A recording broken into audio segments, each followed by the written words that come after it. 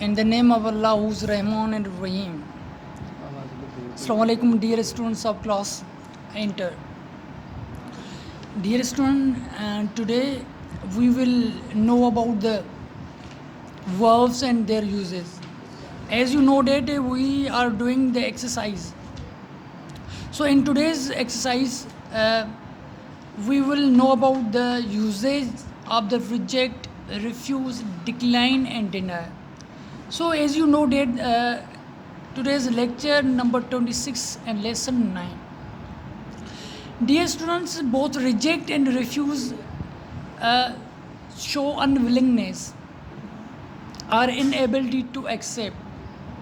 Okay, whenever you offer anybody for something, he may reject you.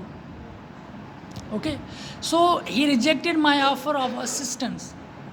Reject किया क्या meaning है कि उन्होंने मुझे जो कहे असिस्टेंस मदद करने से इनकार कर लिया या उसने मुझे मेरी मदद ना की.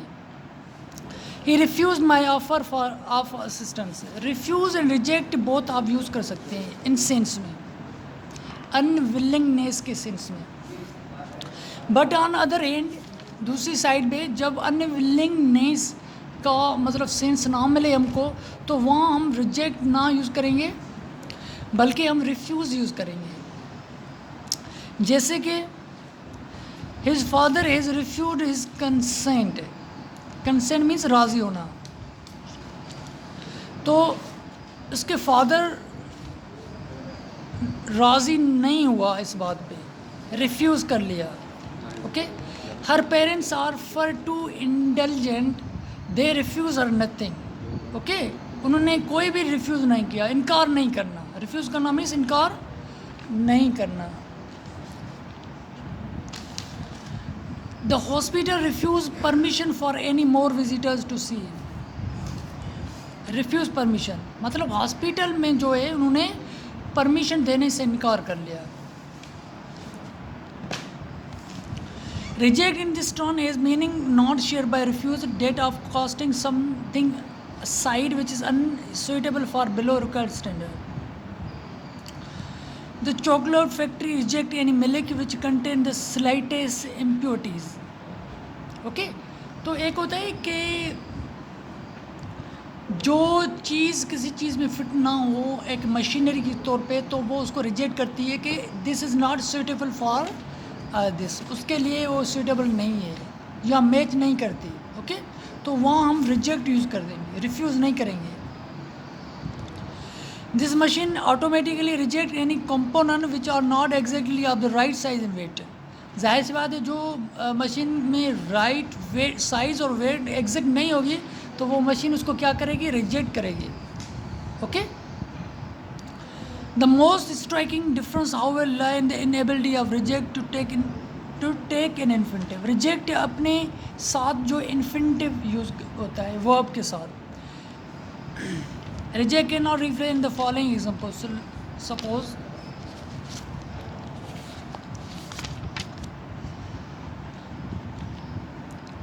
he refused to accept our assistance. He must refuse. आप देख रहे हैं कि यहाँ जो रिफ्यूज़ यूज़ हो रहा है तो उनके साथ इन्फिनेटिव जो वर्ब यूज़ अपने साथ लेता है. Okay, must refuse to land, to land, to accept, ये रिफ्यूज़ के साथ यूज़ होगी. मीन्स इन्फिनेटिव यूज़ करेंगे आप रिफ्यूज़ के साथ.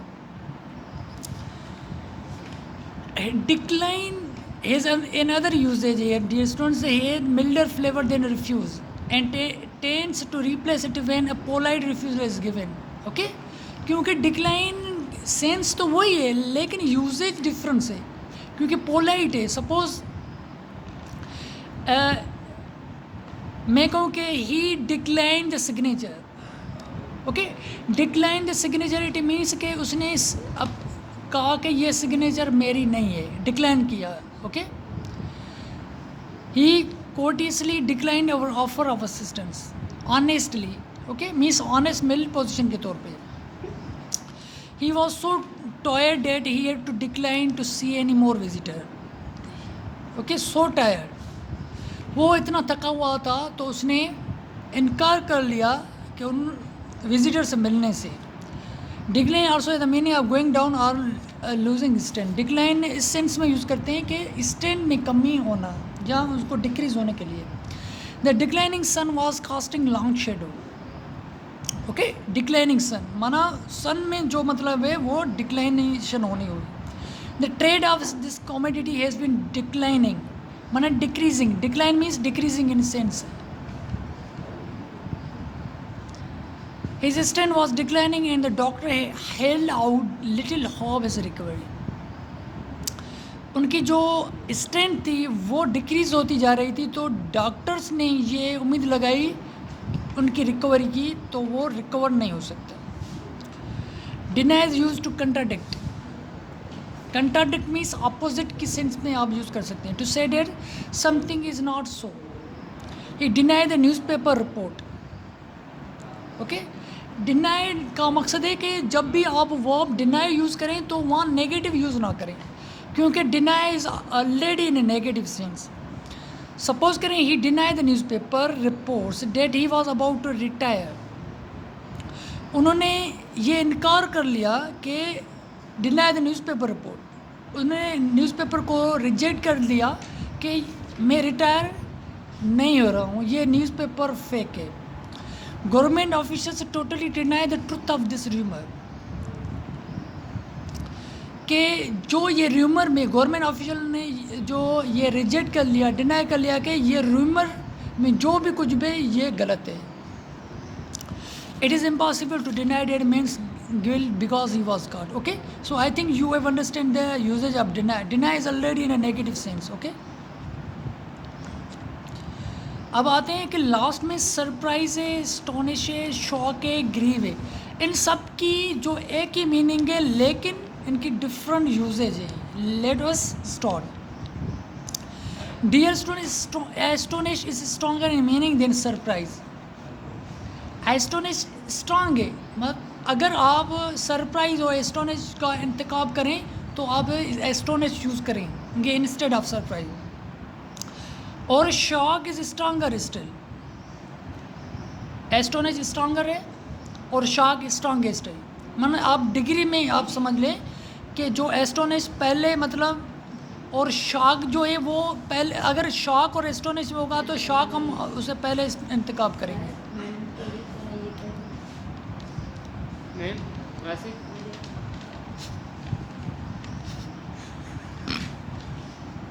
Okay dear students, okay dear students, I told you about that the surprise, astonish, shock. Astonish is stronger and shock is the strongest. Okay, so let us see the usage in the sentences here. So one can be astonished and surprised by both pleasant and unpleasant things. One is shocked by unpleasant things, and shock often suggests that the surprise both sudden and unpleasant. तो astonish के और surprise की दो meaning है। एक तो हम pleasant और अनप्लीजेंट के लिए यूज़ करते हैं, और जो शॉक है वो अनप्लीजेंट के लिए यूज़ होता है। ये रिमेंबर करें dear students. I was not at all surprise to hear he had fail. Okay, fail होना के मतलब मुझे ताजुब नहीं हुआ, मैं परेशान नहीं हुआ कि इसको जब सुना कि ये फेल हुआ है। He is such a good student that his failure astonish me. Okay, तो ये एक स्टूडेंट जो है ना, बेहतरीन स्टूडेंट है, ब्राइट स्टूडेंट है, जब मैंने सुना कि वो फेल हुआ है तो परेशान हुआ थोड़ा। The author was astonished to receive, परेशान था, receive such a large cheque for his short story. We were all shocked to hear of your uncle sudden death. Shock आप देखें कि मतलब कोई भी अनप्लीजेंट सिचुएशन हो। Unlike astonish and shock, surprise may have the meaning of catching somebody in an act of something, usually something dishonest or unlawful. We surprised him in the act of stealing. Okay, so now grief and then the element of surprise or shock. Grief जो है वो जो element meaning होती है वो surprise होती है या शॉक होती है, दोनों में से। I am shocked and grieved to learn, आप देखें कि शॉक भी यूज़ हुआ है और ग्रीव भी हुआ है। Okay, Grief may be used intransitively to mean sorrowful or mourn. After all these years, she is still grieving for the loss of her dearest one. So, dear students, these were the usage of these verbs, and now you have to translate into your language, whether it is Sindhi or Urdu. Okay, जैसे कि he has applied for the several job, but all his applications have been rejected. Okay उनकी जो भी application है वो reject होगी, तो उनकी जो भी मीनिंग निकलती है अकॉर्डिंग टू द सेंस आप यूज़ कर सकते हैं. ओके, सो ये आपके लिए डियर स्टूडेंट्स होमवर्क है. Okay, so see you in the next lecture.